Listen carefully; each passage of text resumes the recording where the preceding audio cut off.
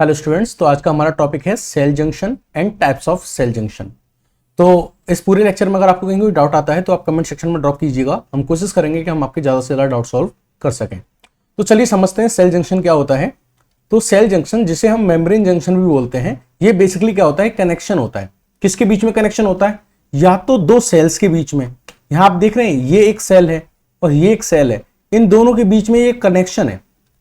ठीक है, तो या तो ये कनेक्शन दो सेल्स के बीच में होगा, या फिर ये जो सेल है ये जिस बेसमेंट मेम्ब्रेन पे लाई कर रही है, ये सेल जिस बेसमेंट मेम्ब्रेन पे लाई कर रही है, जिस एक्स्ट्रा सेलुलर मैट्रिक्स पे लाई कर रही है, उसके बीच में होगा, उसके बीच में होगा। यानी कि यहां पे ये जो कनेक्शन आप देख रहे हैं, ये कनेक्शन जो आप देख रहे हैं, तो बेसिकली सेल जंक्शन क्या है? ये कनेक्शन है। क्या है? कनेक्शन है। या तो दो सेल्स के बीच में, दो नेबरिंग सेल्स के बीच में लाइक दिस, या फिर सेल और एक्स्ट्रा सेलुलर मैट्रिक्स के बीच में, यानी सेल के बीच में और सेल जिस बेसमेंट मेम्ब्रेन पे लाई करती है, जिस एक्स्ट्रा सेलुलर मैट्रिक्स पे लाई करती है, उसके बीच में जो ये कनेक्शन होता है उसको हम क्या बोलते हैं? सेल जंक्शन बोलते हैं। लोकेशन की बात, लोकेशन की बेसिस पे हम बात करें तो अगर ये दोनों दो सेल के बीच में होता है तो इसको इंटरसेलुलर जंक्शन बोलते हैं।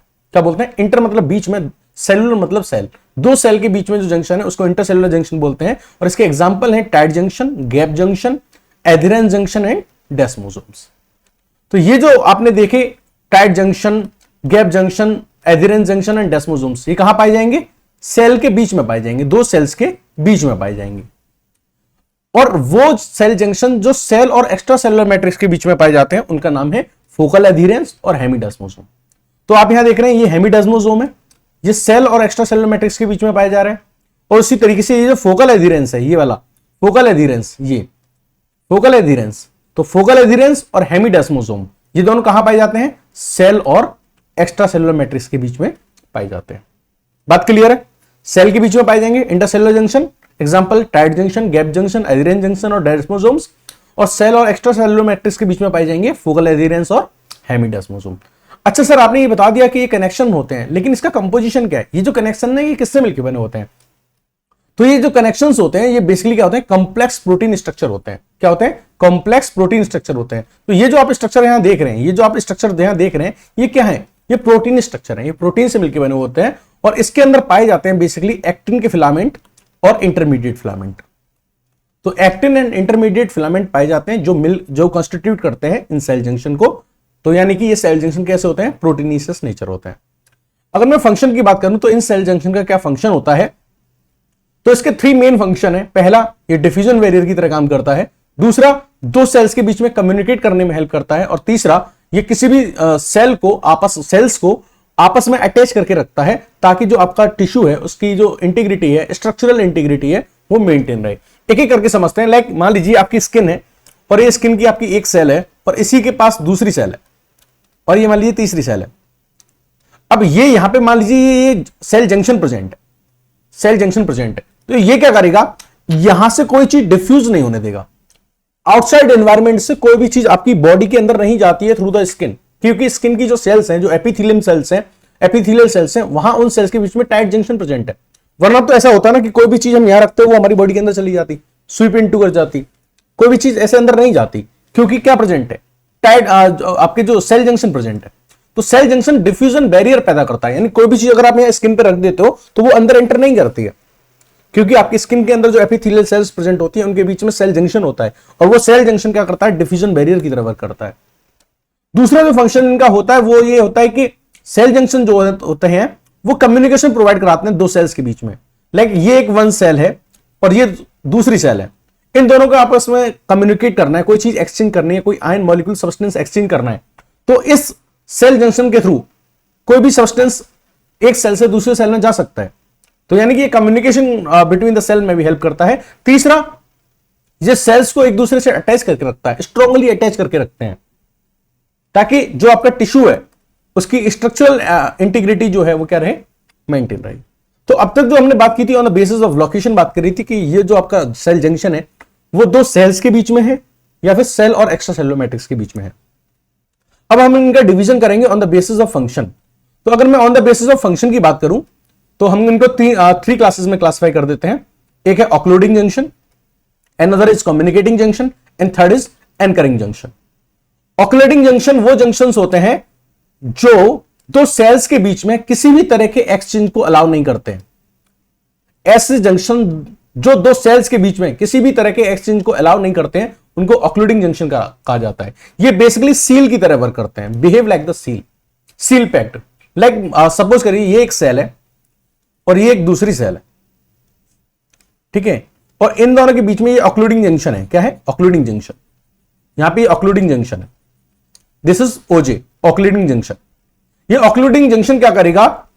यहां से कोई चीज इधर नहीं जाने देगा और यहां से कोई चीज इधर नहीं आने देगा, यानी कि ये एक्सचेंज ऑफ सब्सटेंसेस को प्रोहिबिट करेगा।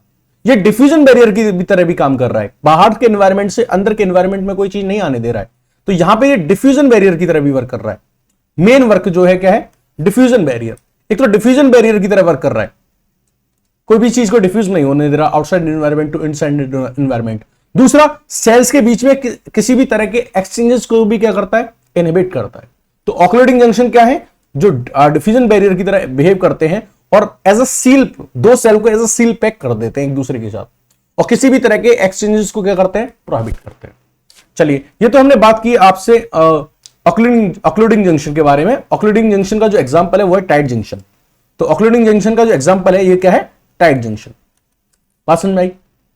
Tight junction. अब हम बात करते हैं कम्युनिकेटिंग जंक्शन के बारे में। कम्युनिकेटिंग जंक्शन क्या है? अपने नाम से बता रहा है कि ये कम्युनिकेशन करवाएगा। कम्युनिकेशन किसके बीच में करवाएगा? दो सेल्स के बीच में। ये एक सेल है, ये एक सेल है।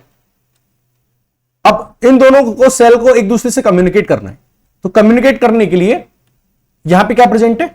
कम्युनिकेटिंग जंक्शन प्रेजेंट है। इस कम्युनिकेटिंग जंक्शन का नाम है गैप जंक्शन। इसका एग्जांपल क्या है? Gap junction. काम क्या है? एक सेल से दूसरी सेल के बीच में चीजों को एक्सचेंज कराना।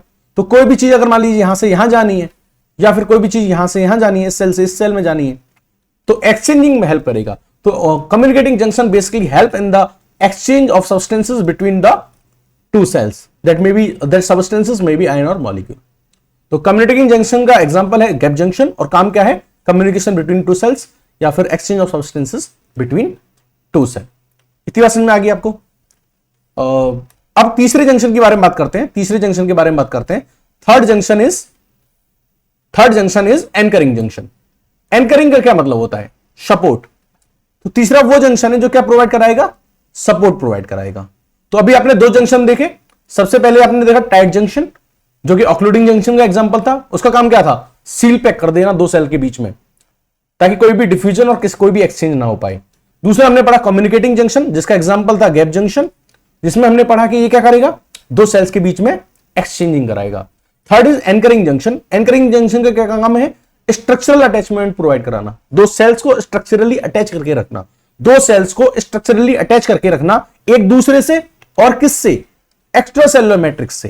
तो ये आपकी जो बेसमेंट मेम्ब्रेन है या फिर आपका जो एक्स्ट्रा सेलुलर मैट्रिक्स है, इसको सेल को इनसे अटैच रखना।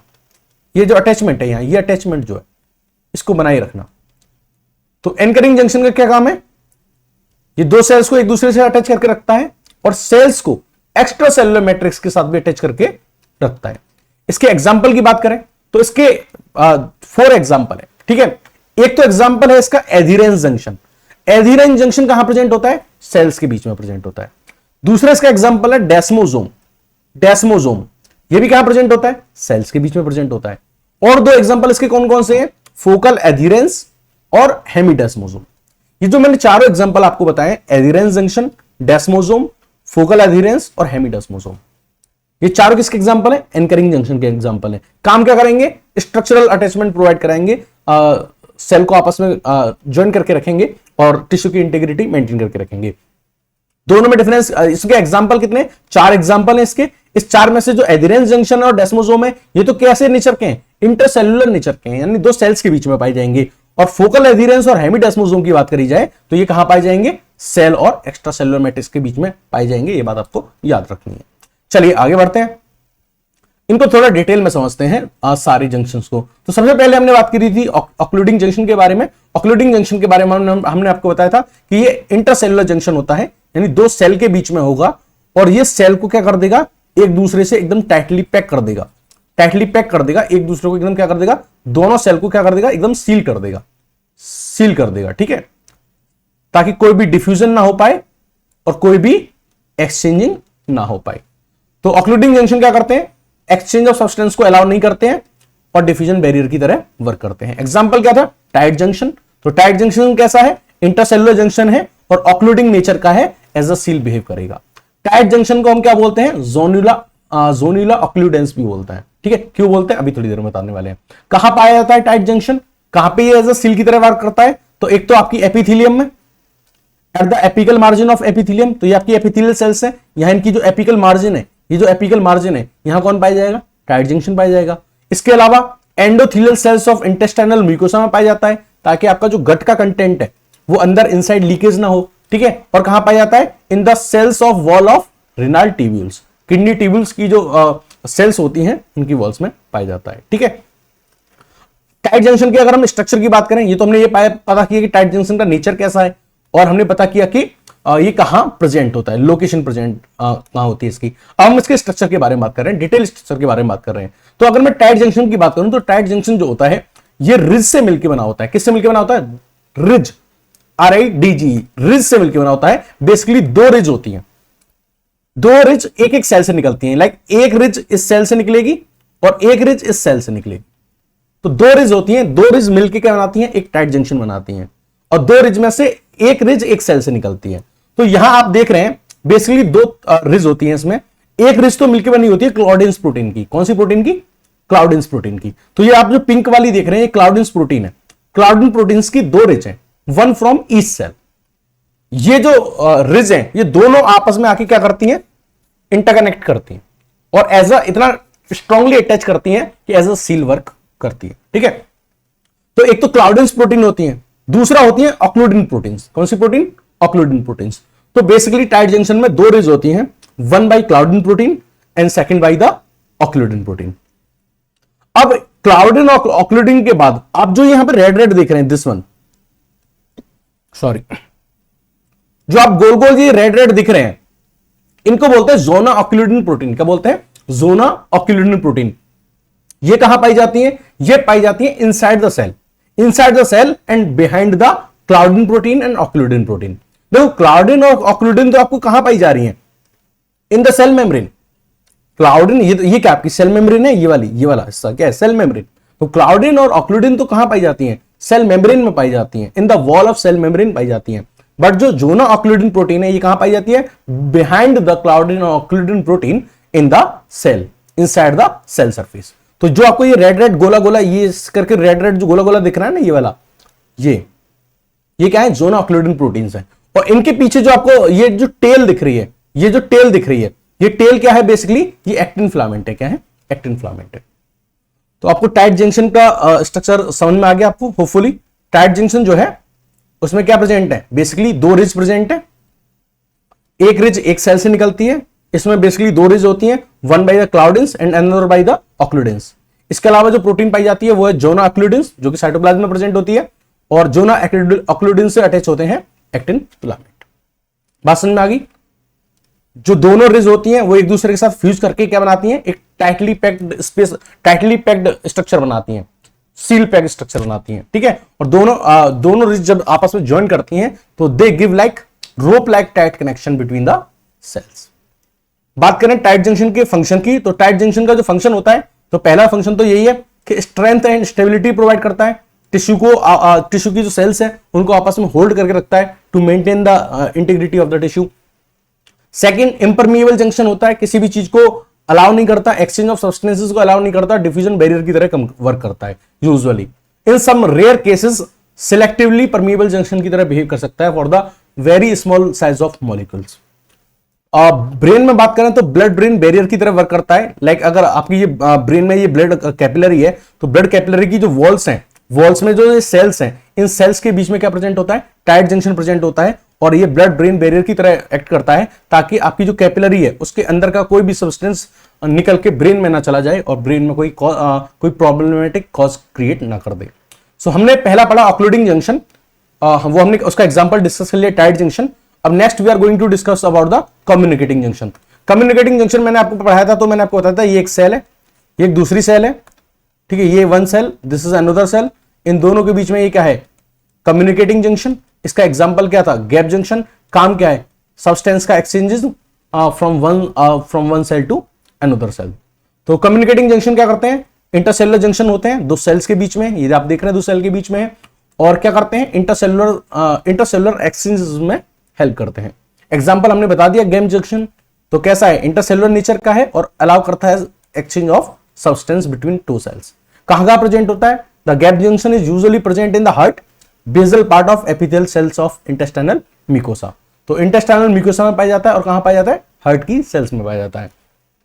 अब अगर हम स्ट्रक्चर की बात करें, स्ट्रक्चर ऑफ गैप जंक्शन, तो किसकी बात हो रही है, स्ट्रक्चर ऑफ गैप जंक्शन। तो जो गैप जंक्शन होता है ये बेसिकली किससे मिलकर बना हुआ होता है, कनेक्शन प्रोटीन से मिलकर बना होता है। किससे, कनेक्शन प्रोटीन से। 6 कनेक्शन प्रोटीन मिलकर क्या बनाती हैं, एक कनेक्शन बनाती हैं, और एक कनेक्शन जो होता है वो क्या होता है, एक हेमी चैनल होता है। कैसे होता है ये समझिएगा, लाइक ये मान लीजिए एक सेल मेम्ब्रेन है, ये एक सेल की सेल मेम्ब्रेन है, इसको तो यही नहीं बनाते हैं, एज्यूम कर लो ये सेल मेम्ब्रेन है, ठीक है, और ये दूसरे सेल की सेल मेम्ब्रेन है, लाइक ये आपका दूसरा सेल है, इसकी सेल मेम्ब्रेन है। तो आप यहां पे जो मैंने स्ट्रक्चर बनाया इसको देख रहे होंगे, लाइक ये स्ट्रक्चर, ठीक है। तो यहां पे क्या प्रेजेंट है, 6 कनेक्शन प्रेजेंट है, 1 2 3 4 5 6, तो ये 6 क्या प्रेजेंट है, ये 6 क्या है, ये बेसिकली 6 कनेक्शन प्रोटीन, ये 6 कनेक्शन प्रोटीन इस साइड फ्रॉम दिस साइड, और 6 कनेक्शन प्रोटीन ही इस साइड होंगी। यहां थोड़ा स्पेस कम है, मैं इसको थोड़ा मिटा के दूर बना देता हूं, like this.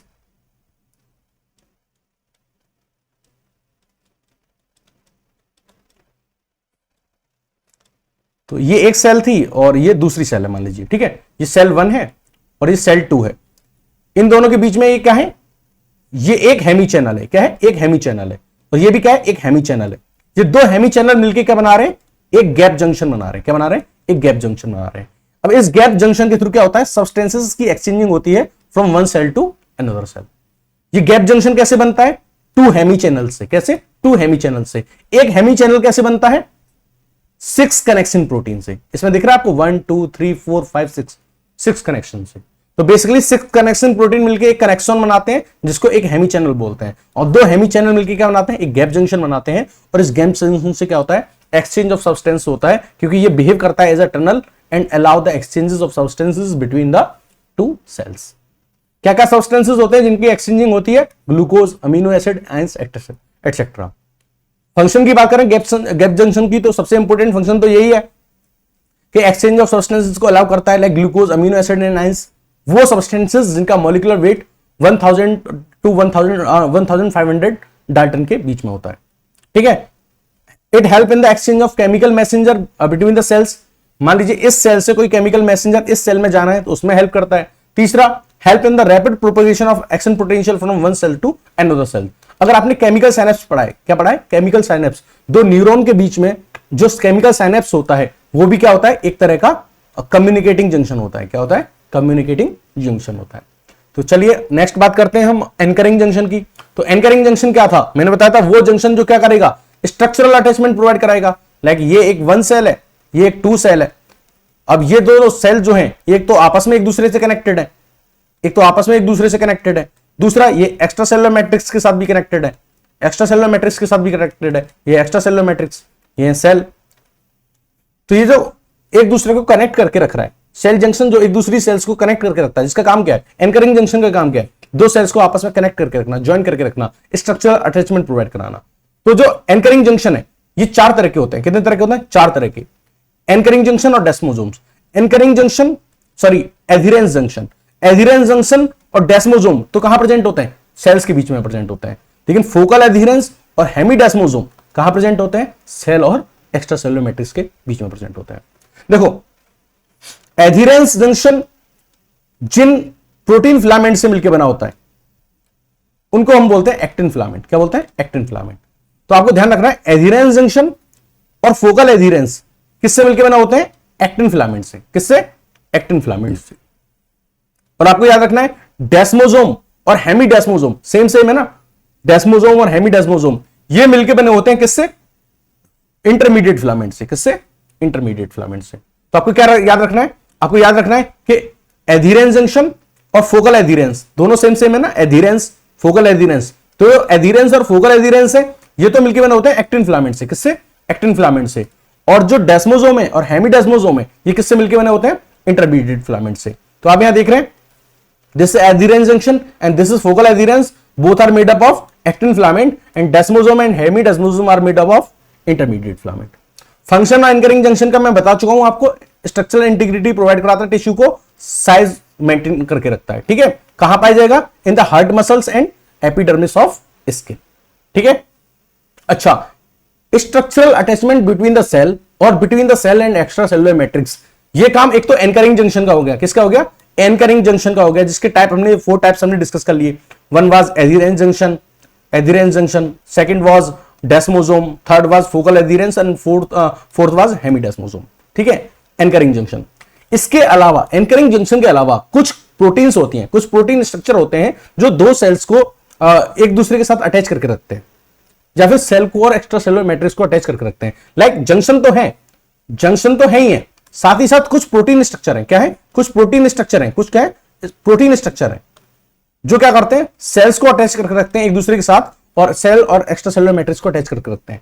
In protein molecule का नाम है सेल अधेशन मॉलिक्यूल्स या सेल अधेशन प्रोटीन्स, कैम बोलते हैं हम इनको। कहां पाए जाते हैं? सेल की सरफेस पर पाए जाते हैं। क्या काम क्या है? दो सेल्स को आपस में क्या करके रखते हैं? ज्वाइन करके रखते हैं। अगर इन कैम मॉलिक्यूल के एग्जांपल की बात करूं तो वह कैथेरिन्स और इंटीग्रिन्स। कैथेरिन जो होते हैं ये कहां प्रेजेंट होते हैं? ये प्रेजेंट होते हैं कहां पे? एडहेरेंस जंक्शन में और डेस्मोसोम्स में, यानी दो सेल के बीच में प्रेजेंट होते हैं। Like this is one cell, this is one cells. यहां पे एक प्रोटीन मॉलिक्यूल है, यहां पे एक प्रोटीन मॉलिक्यूल है। ये दीज आर कैथेरिन्स। क्या है? कैथेरिन्स। तो कैथेरिन्स कहां प्रेजेंट होते हैं? सेल्स के बीच में प्रेजेंट होते हैं। ठीक है, और मैं इंटीग्रिन्स की बात करूं, इंटीग्रिन्स कहां प्रेजेंट होते हैं? एक्स्ट्रा सेलुलर मैट्रिक्स और सेल के बीच में। तो ये क्या है? इंटीग्रिन्स। तो मैंने आपको बताया एंकरिंग जंक्शन के अलावा कुछ प्रोटीन मॉलिक्यूल्स होते हैं जिनको हम बोलते हैं कैम मॉलिक्यूल्स। कैम मॉलिक्यूल्स कहां प्रेजेंट होते हैं? या तो सेल के बीच में प्रेजेंट होंगे या सेल और एक्स्ट्रा सेलुलर मैट्रिक्स के बीच में प्रेजेंट होंगे। काम क्या है? वही सेल को बाइंड करके रखते हैं। कैथेरिन्स जो होते हैं वो सेल के बीच में पाए जाते हैं, दो सेल्स के बीच में पाए जाते हैं, और इंटीग्रिन्स जो होते हैं वो सेल और एक्स्ट्रा सेलुलर मैट्रिक्स के बीच में पाए जाते हैं।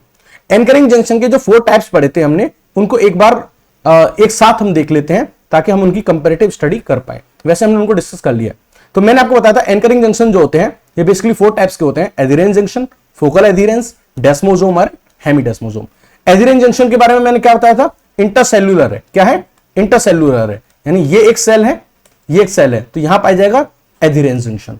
इंटरसेल्यूलर है, दो सेल के बीच में पाया जाता है। किससे मिलकर बना होता है? एक्टिन फिलामेंट से। अगर आपको याद है तो मैंने आपको बताया था कि एडहेरेंस जंक्शन और फोकल एडहेरेंस ये दोनों किससे मिलकर बने होते हैं? ये दोनों किससे मिलकर बने होते हैं? एक्टिन फिलामेंट से। किससे? एक्टिन फिलामेंट से। ठीक है, इनके अंदर प्रोटीन कौन सी पाई जाती है? प्रोटीन मॉलिक्यूल कौन से पाए जाते हैं? कैथेरिन्स पाए जाते हैं। कैथेरिन्स पाए जाते हैं। मैंने अभी आपको बताया ना यहाँ पे कि कैथेरिन्स कहां पाए जाएंगे? सेल्स के बीच में, और इंटीग्रिन्स कहां पाए जाएंगे? सेल और एक्स्ट्रा सेलुलर मैट्रिक्स के बीच में। तो यहां पे कैथेरिन्स पाए जाते हैं। ठीक है, एडहेरेंस जंक्शन का फंक्शन क्या है? वही मैकेनिकल सपोर्ट प्रोवाइड कराता है बिटवीन सेल्स। साथ ही साथ ये जो आपके हार्ट में इंटरकैलेटेड डिस्क होती है ना, आपकी हार्ट की जो मसल्स होती हैं, कार्डिक मसल्स, उनके अंदर जो इंटरकैलेटेड डिस्क होती है वहां ये पाए जाते हैं एडहेरेंस जंक्शन। क्योंकि आपको पता है कि आपका हार्ट जो होता है वो कॉन्ट्रैक्ट और रिलैक्स करता है, तो कॉन्ट्रैक्ट और रिलैक्स करता है तो फाइबर को इंटीग्रेट रखना जरूरी है, वरना फाइबर रप्चर कर सकते हैं। तो वहां पे क्या पाया जाता है? एडहेरेंस जंक्शन पाया जाता है, वो इंटरकैलेटेड डिस्क में पाया जाता है ऑफ द कार्डिक मसल। ठीक है, इसके अलावा कहां पाए जाते हैं? स्किन की एपिथेलियम में पाए जाते हैं। लाइक आपकी जो स्किन होती है इसमें बहुत ज्यादा मैकेनिकल स्ट्रेस रहता है, तो सेल्स एक दूसरे डिटैच ना हो जाए, इसलिए वहां भी क्या पाया जाता है? एडहेरेंस जंक्शन पाया जाता है। नेक्स्ट बात करें फोकल एडहेरेंस, तो फोकल एडहेरेंस यहां पाया जाता है किस किस के बीच में? Between the cell and extra cellular matrix. तो सेल और एक्स्ट्रा सेलुलर मैट्रिक्स के बीच में पाया जाता है फोकल एडहेरेंस। किससे मिलकर बना होता है? एक्टिन फिलामेंट से। मैंने आपको बताया था कि एडहेरेंस जंक्शन और फोकल एडहेशन दोनों किससे मिलकर बने होते हैं? एक्टिन फिलामेंट से मिलकर बने होते हैं। अच्छा, इनके बीच में प्रोटीन कौन सी होती है? Integrin protein. फोकल एडहेरेंस में जो प्रोटीन स्ट्रक्चर होते हैं, प्रोटीन मॉलिक्यूल होते हैं, वो कौन से होते हैं? इंटीग्रिन्स प्रोटीन मॉलिक्यूल होते हैं। और काम क्या है इसका? सेल को बेसल लेमिना से अटैच करके रखना, बेसमेंट मेम्ब्रेन से अटैच करके रखना। Third is desmosome. तो डेस्मोसोम मैंने आपको कहां बताया था? Between the cells. Between the cells तो कैसा है? इंटरसेलुलर नेचर का है। डेस्मोसोम और हेमीडेस्मोसोम दोनों मैंने किसके बताए थे? डेस्मोसोम एंड हेमीडेस्मोसोम दोनों किससे मिलकर बने होते हैं? इंटरमीडिएट फिलामेंट से। किससे? इंटरमीडिएट फिलामेंट से। ठीक है, डेस्मोसोम इंटरसेल्यूलर है, तो प्रोटीन मॉलिक्यूल कौन सा होगा? कैथेरिन्स। हेमीडेस्मोसोम क्या है? Cell and extra cellular matrix के बीच में है, तो प्रोटीन मॉलिक्यूल कौन सा रहेगा? इंटीग्रिन्स। डेस्मोसोम का क्या काम है? दो सेल्स को आपस में कनेक्ट करके रखना। और हेमीडेस्मोसोम को क्या काम है? कि सेल को एक्स्ट्रा सेलुलर मैट्रिक्स से कनेक्ट करके रखना। So this was all about the all types of cell junction. ये वीडियो लेक्चर आपको कैसा लगा कमेंट सेक्शन में बताइएगा। Thank you and have a nice day.